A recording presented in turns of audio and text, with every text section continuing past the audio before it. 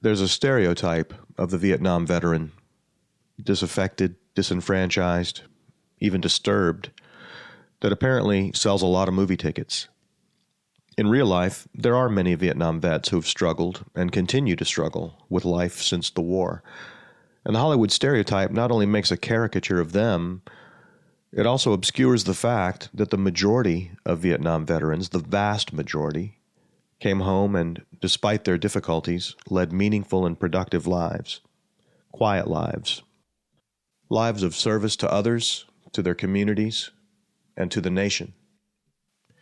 Their stories don't fill seats at the multiplex, I guess, but they are definitely worthy of our attention. And today, in honor of National Vietnam War Veterans Day, you'll hear 3 of those stories. From the Vietnam Veterans Memorial Fund, this is Echoes of the Vietnam War. I'm your host, Michael Crone, bringing you stories of service, sacrifice, and healing from people who still feel the impact of that conflict nearly 50 years later. This is Episode 1, Making an Impact at Home. Today you'll hear from George Jones, who uses his passion for woodworking to help fellow veterans heal. People tell me I'm nuts. I say I let the wood talk to me. From Alan Wallace, a Navy medic turned career firefighter who helped dozens of people to safety after the 9/11 attack on the Pentagon. So then I feel the pressure from the explosion, and then I feel the heat from the fireball. And from Everett Alvarez Jr., a Navy pilot who, after 8.5 years as a POW in the Hanoi Hilton, came home and changed the VA from the top. Vietnam vets were camped out in Lafayette Park, and the issue was Agent Orange, and they wanted help, and they weren't getting the help.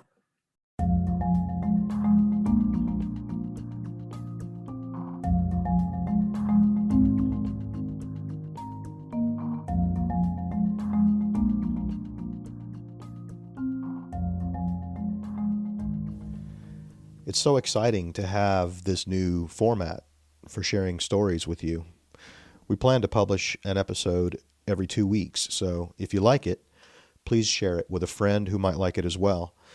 Either way, let us know what you think by leaving a comment on our webpage, vvmf.org/echoes, or by emailing echoes@vvmf.org. Not everyone can travel to Washington, D.C. to visit the Vietnam Veterans Memorial. That's why we created The Wall That Heals, an exact replica of the wall at 3/4 scale that travels to communities all across America. The Wall That Heals, and the mobile education center that travels with it, will be in New Bern, North Carolina, April 8th through the 11th. For more 2021 tour dates and locations, visit vvmf.org. George Jones served 2 tours as a combat medic in Vietnam. First, he was with the 25th Infantry during the Tet Offensive, and in 1970, he volunteered to go back. He later spent 38 years working in medical imaging at Virginia Hospital Center. Along the way, he picked up a new passion. I started doing wood turning about 15, 16 years ago. I went to a show to buy a planer. It's a thing to smooth wood down because we were redoing this old Victorian house. And this group, it's called Capillary Wood Turners. And they were doing a demo of this wood turning show. So I watched them for 2 hours. The guy was turning a little bowl. His name was C.A. Savoy. And he was turning this little bowl. He turned it, then he gave it to me. And he gave me a card to the club meeting. I went to a club meeting, and they had this 50-50 raffle, and I won a gouge. That's one of the tools that you use to turn it. So it's like, okay, I got this gouge. Now, what am I going to do with it? I bought my first lathe within the first 6 months of going to this meeting. These guys just pull you right down the rabbit hole. And because when I was working, I would go out, most times I'd be at work by 5 a.m. I'd leave sometimes 7:30, 8 o'clock at night.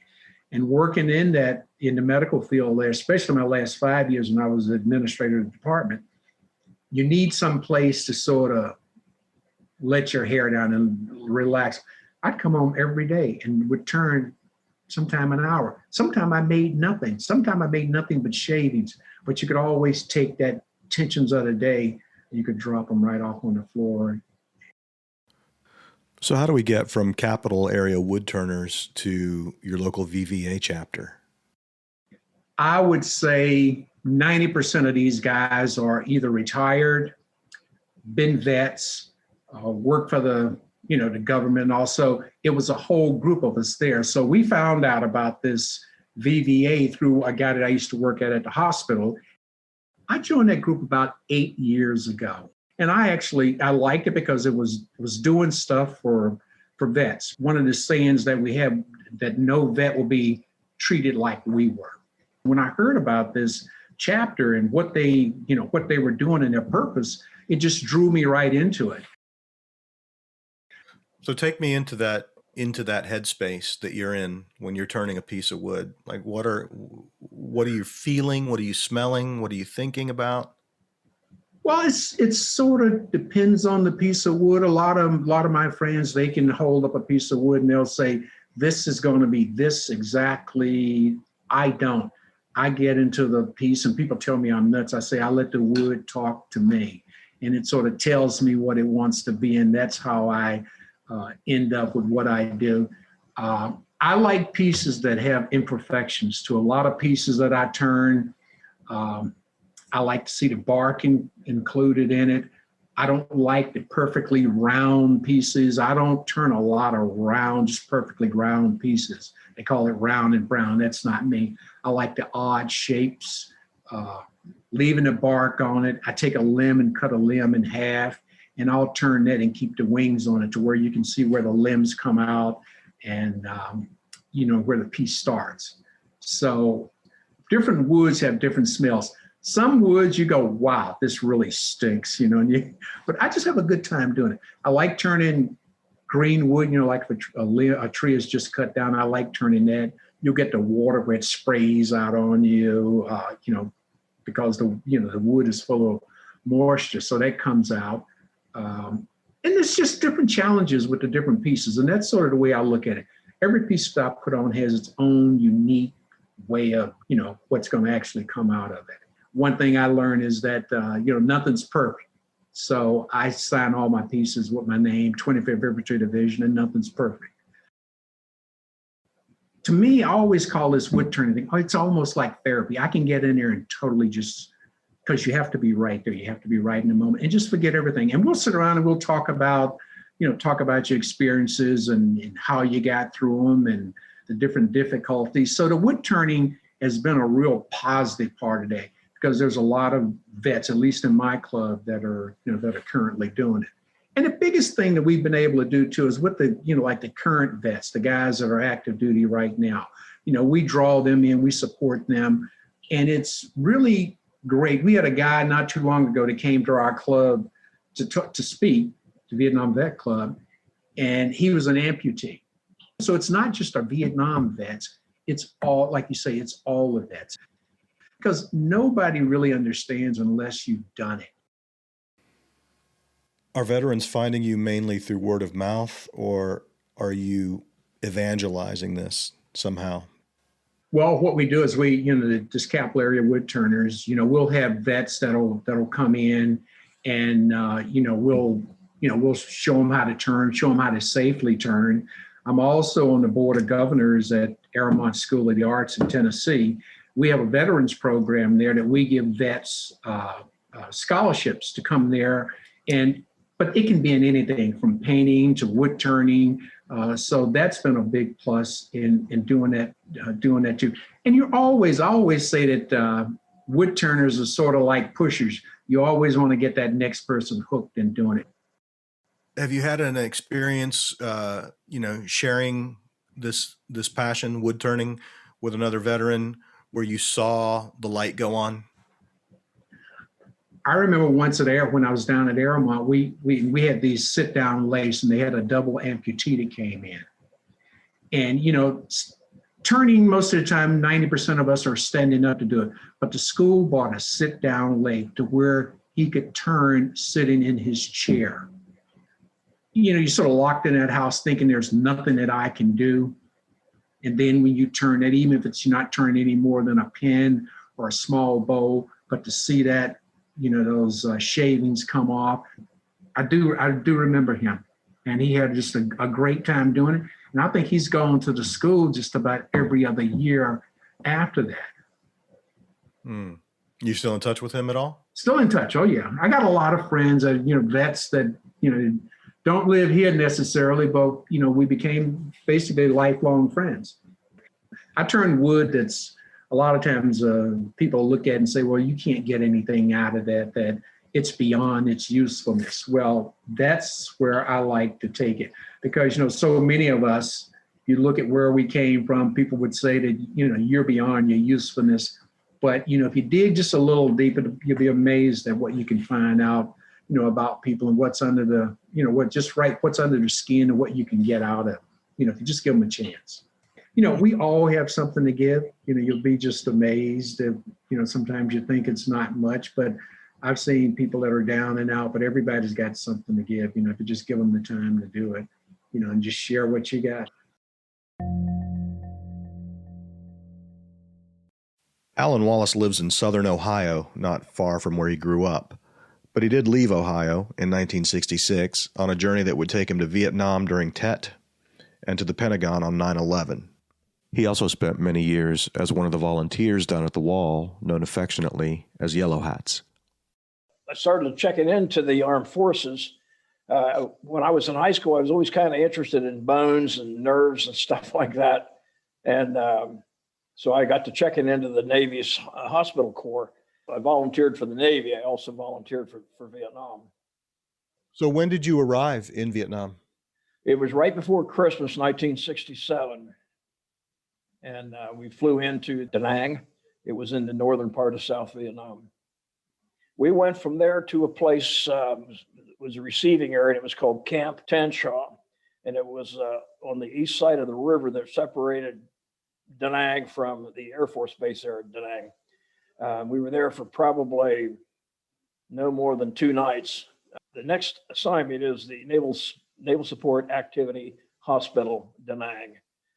And this is about 3 miles south down the coast from the actual Da Nang proper. I used to say to myself, I will never forget this place. After about 6 weeks is when the Tet Offense comes along. Actually, not even that long, probably closer to 4 weeks. It was not uncommon, Michael, for us to work 24 hours and be off for 24 hours. But when this Tet Offense thing came along, it was 24 hours. And then it was an additional 24 hours and an additional 24 hours. There was no stopping. We were absolutely overwhelmed. It got to after about two days of this, most of us had not eaten. The entire operating room crew is working, and we haven't eaten. Somebody was smart enough to send one of us over to the dining hall and have the guy make us up sandwiches and oranges. The sandwiches were salami with mustard. I'll never forget I used to say I'll never forget the flavor of it. It was good. The bread was delicious, and then also chocolate milk. And for like probably at least 3 weeks, that's what we ate. And we usually ate around 3 or 4 o'clock in the morning, and then you wouldn't eat again until things slowed down a little bit. 3 o'clock, 4 o'clock in the morning. So when that finally came to an end, it's like, whoa, what do we do now? So several months would go by, and it seemed like every 2 months after, and this Tet Offense thing started about the end of January 1968. It seemed like about every 2 months we would have another offensive where there was a lot of aggression. We were overwhelmed with casualties, but not as bad as the 1968 Tet Offense. And I remember as months went by, and we'd get the new guys in there, and we'd be busy, and you'd hear one of them say, man, when is this going to end? And one of us old timers would say, if you think this is bad, you should have been here at Tet. And I've heard that phrase repeated numerous times. And one of the doctors one day said, listen, when they tell you, you don't know what it was like, I'm telling you, you don't know what it was like. There was no stopping. I know there were a lot of casualties that we could have done something more, probably even saved a lot of them. But because of the injuries that some of these guys had, it was just not practical to try and save them when we had so many other people that we knew we could save. I never felt bad about that. That was not our decision. That would have been up to the surgeons and such.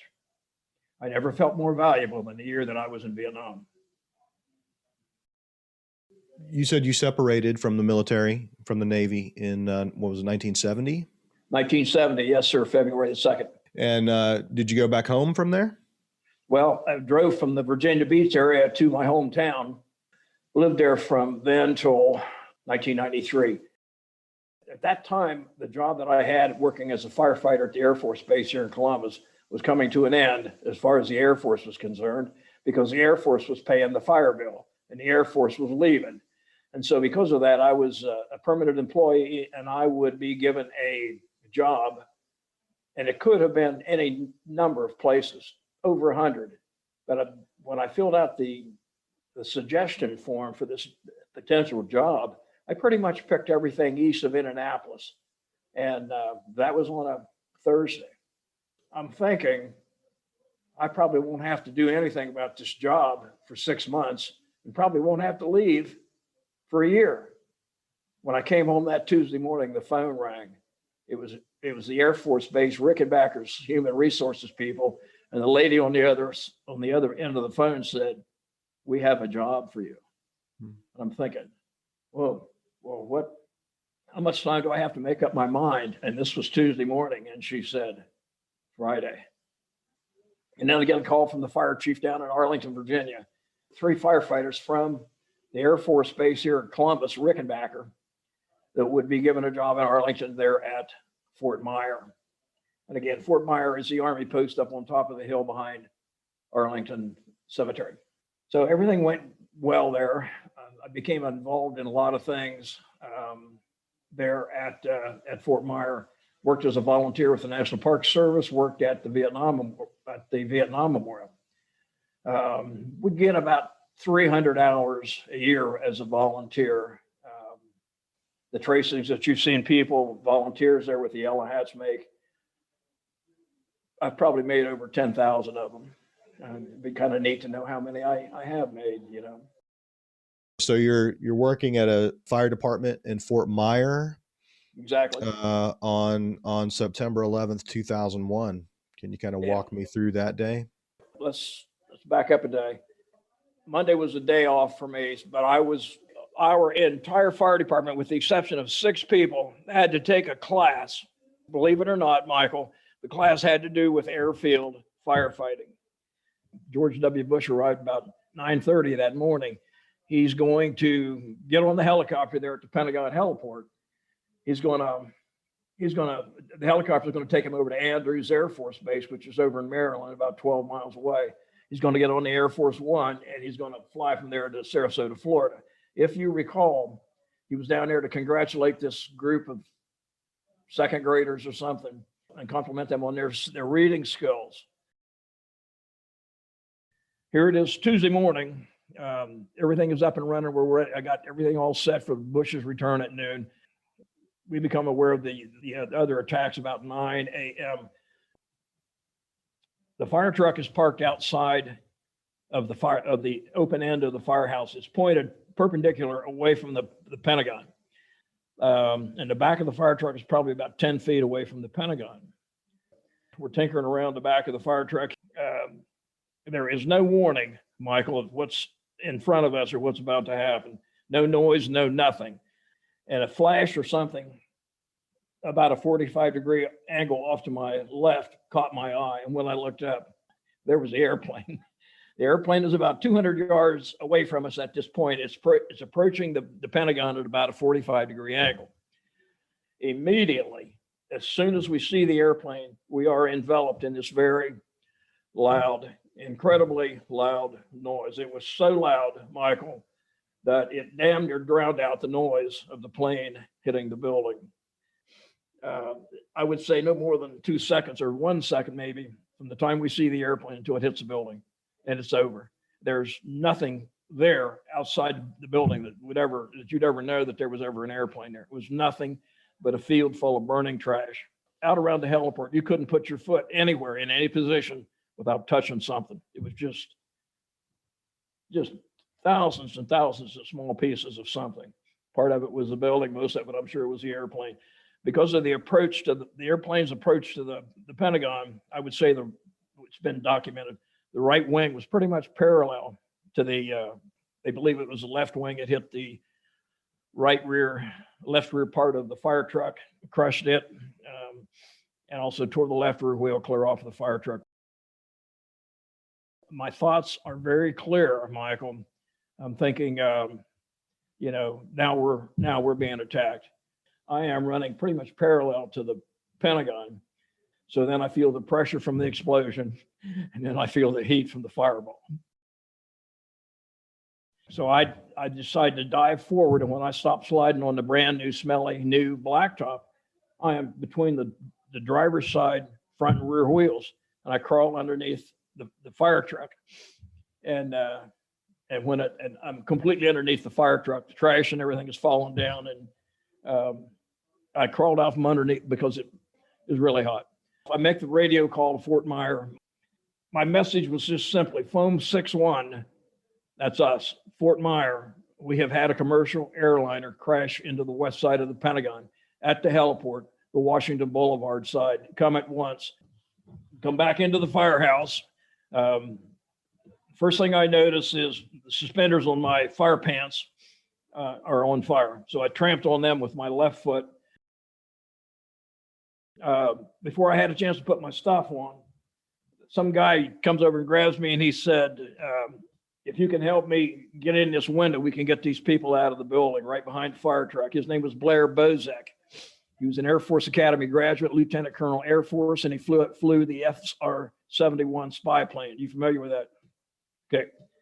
And I hold this guy responsible for the people that came out of those 10 or so dozen people that come out of those two windows right behind the burning fire truck. This went on. We get done with all the people coming out of the building. So now I give up on that operation. I go in the firehouse to put on my fire pants. By this time, where I thought I had tramped the fire smoldering suspenders, they had continued to burn. No big deal. Hell, I didn't need suspenders. My pants fit good, Michael. And so I got that on. I got the sock hood on. I got the fire coat on. No gloves, no helmet, no breathing apparatus. Of course, the boots are part of the pants. I grabbed a fire extinguisher. I grabbed two fire extinguishers and went around the back of the fire truck. I took the carbon dioxide bottle and I pulled the trigger on it. And I'm trying to put some fire out underneath the truck and up on top where the generator was. I go in the building through this and into the building. I'm in there about maybe crawling, stepping over carefully over top of stuff. Eventually I get down on the floor. When I thought I would see what appeared to me to be fire, I would pull the trigger. I got this big battle lantern in my left hand. I got this fire extinguisher laying on the side in my right hand. And when I thought I would see something, I would pull the trigger and it makes a loud noise. And about the second time I do this, a woman yells, "Hey," I'm telling you, Michael, it was the furthest thing from my mind that I would run into somebody in there. And I was so startled. The only thing I could say was, "Hey, back." And one of us says, "I can't see you." And this lady claps her hands and we're yelling back and forth. And her name was Sheila Moody. I keep in touch with her. And she worked for the Army accounting area, and that's where she was in the building. So at about this time, another name appears on this story, and his name was Chris. I'll think of it. He was an Army Ranger, great big kid, and he intercepts this woman, and he and she are going out of the building. When I get out of the building, shortly after I go, I guess all this, here comes our company from Fort Myer, and I remember almost immediately I helped 4 or 5 guys carry this one guy who was unconscious. And one of the things, I think while we were carrying this guy, I looked down and I see this big yellow fire hose. Fort Myer was the only fire department there in Arlington that had yellow 4-inch fire hose. This tells me two things. Number one, Fort Myers on the scene. And number two, I can't remember what number two was. Give you an idea of how busy we're, or at least how busy I was. I did not realize that those towers had fallen down until sometime after 2 o'clock in the morning. Everett Alvarez Jr. is one of the most well-known and celebrated veterans of the Vietnam War. A Navy fighter pilot, he was the first American aviator shot down there, and he spent the remainder of the war as a POW in Hanoi. He was decorated many times, including the Silver Star, 2 Legions of Merit, the Distinguished Flying Cross, 2 Bronze Stars, and 2 Purple Hearts. Since his release, he has completed law school, built 2 successful businesses, raised a family, and written 2 books about his experiences. During Ronald Reagan's presidency, Everett was appointed Deputy Administrator of the Veterans Administration, where he found himself not once but twice as the acting head of the agency. When I came, Vietnam vets were camped out in Lafayette Park. They had barricaded the front door of the VA headquarters building, and the issue was Agent Orange. And they wanted help, and they weren't getting the help. So initially, the Agent Orange issue was we brought it forward along with the Department of Defense, and we formed the groups with the defense, and which led to the Agent Orange research committees that led to medical help for the veterans, plus Congress approving a lot of the disabilities that would be directly linked to Agent Orange. Same time, there was a movement afoot to start to do something about the help that the Vietnam vets needed, and the care that they weren't getting from the VA medical centers. And there was already a movement started, and then we adopted it and implemented these Vietnam veteran counseling centers, the storefront operations that we opened up around the country, eventually about 180 to be walk-in centers for people who Vietnam vets were having trouble. And these were manned by Vietnam vets themselves who were qualified and certified counselors. That was a big effort.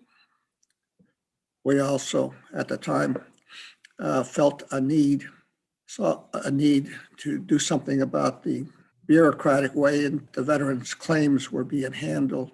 Everything at that time, Michael, was done by paper, files stacked from floor to ceiling. We introduced actually the first word processors. You couldn't go directly to the state-of-the-art computers because the people doing the work were all, at the time, still using typewriters. And so they transferred to word processors and things that we could then gradually lead to electronic handling of the claims, the records. This is 1980, early 80s. And these were people that had grown up and served in World War II and Korea. And Vietnam vets were just now starting to get into the system. We knew that we were going to have to just push it along. Along with that came the medical records. There was no standard system.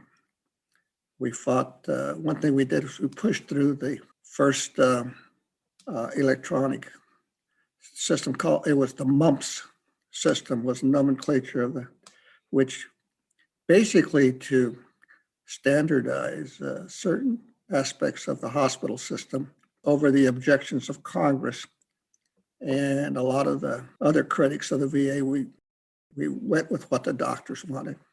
That's one of the other things that we did at the time. But the other thing that I think I take pride in is we established very good relations with the veterans organizations, the American Legion, VFW, DAV at the time, with the Vietnam veterans, and the AMVETS, and other smaller ones. We actually, I think, worked very well with them, having them recognize that we were their advocates, not their enemy. Of course, the veterans wanted more and more. And in many cases, they really deserved their claims for more funding here and there were realistic and necessary. So I was there for 4 years, and then I left the government. Well, that's an enormous amount to take on over the course of 4 years, and I would imagine that a lot of the metrics of success take longer than 4 years to materialize. So, Oh yeah. I realized that in order to accomplish something in 4 years, you have to select 2, maybe 3 major issues, major programs. And that's about right. You have to deal with the Congress, and you have to establish support in the Congress as well as administration. I pushed for things that I thought were really necessary. given the scale and scope of these initiatives that you started, and given that the indicators of success were going to come many years down the road, long after you were gone, what did you look for to signify that you were having the effect on Vietnam veterans in particular that you were trying to have? Let me say that as a deputy, of course, I worked for the secretary or the administrator. And Harry Walters at the time, he and I worked closely together. And we have pretty much an agreement on everything. And everything was done with the future in mind. I took a lot of guidance from people in the VA who were also looking to improve things for long, especially the psychiatric and the care of the addicted people. I wish we were able to move a lot of these initiatives along further than, it was just slow. Listen, there was a lot of things that were changing in the country in the area of healthcare, mental health care.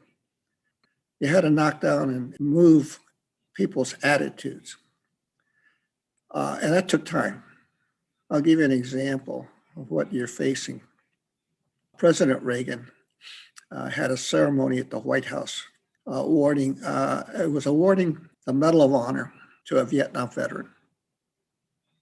And that was to Sergeant Roy Benavides from Texas, who had saved many lives getting shot. And it was real heroic. He was saving others and putting them on a helicopter and getting away and carrying people back and forth. And he had many wounds. So Roy Benavides came to my office. My office was across the street, across Lafayette Park from the White House, he and his family, and used my office to change into his uniform. And you could see the scars from the wounds on his arms. And the comment I got from the one person was, I wonder what bar fight he got those in. Here was the head of a department. I was speechless. I didn't, but it reflected what we were dealing with.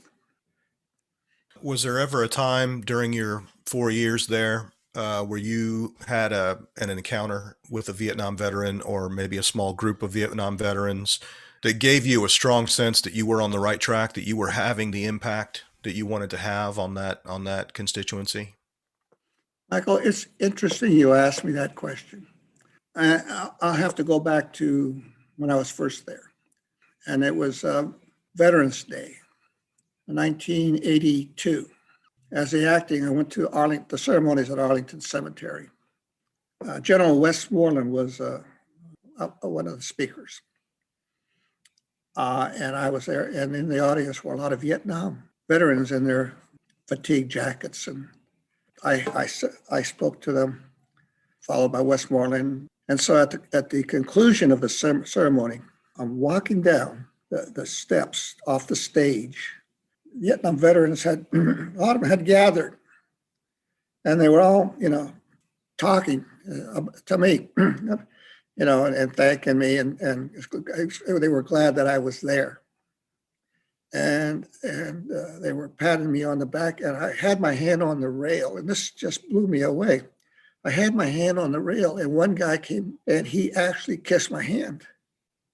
And I said, wow, and the others were patting me, and good luck, congratulations, and all that. And I thought, hey, wait a minute.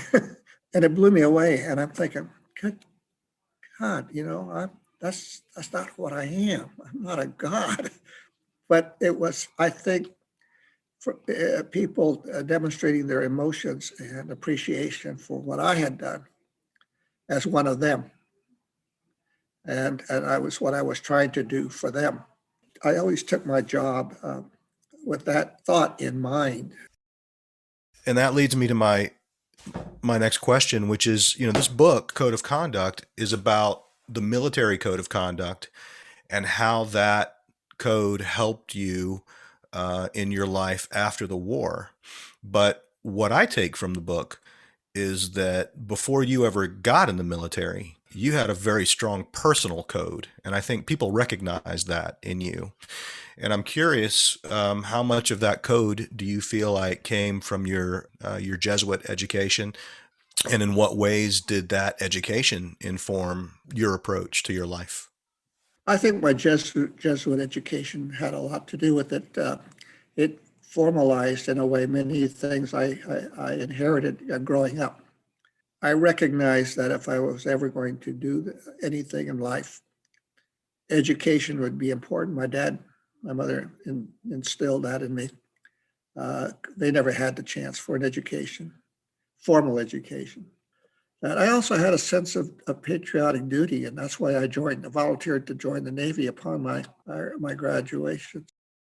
So when you talk about the values instilled, Santa Clara, the Jesuits did bring everything together in a way. And I really value that, because when I was shot down and by myself, I only had myself to depend on, because I had no idea. I mean, I thought they were going to kill me. They could walk in and kill me.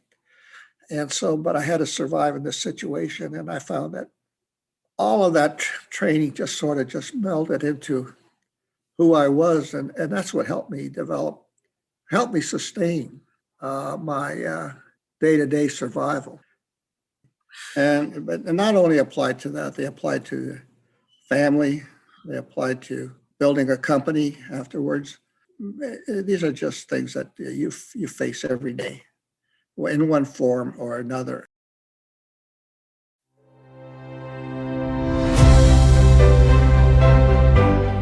These interviews were heavily edited for time in order to fit into this podcast format. If you'd like to hear my entire conversation with George or Alan or Everett, you'll find them on our YouTube channel. Today's show was produced by me, Michael Crone, with the enormous help of Heidi Zimmerman, Latasha Adams, and Adam Arbogast. Our executive producer is Jim Knotts, and I have to say, the interview with Alan would not have been possible without the tireless, relentless support of Paula Meyer at the Wagnalls Memorial Library in Lithopolis, Ohio. Thank you, Paula. The Vietnam Veterans Memorial was founded by this nonprofit organization, and our continuing efforts to honor those who served are fueled by donations from people like you. If you'd like to help, donate at vvmf.org. We'll see you in 2 weeks for episode 2, The Sound of Hope.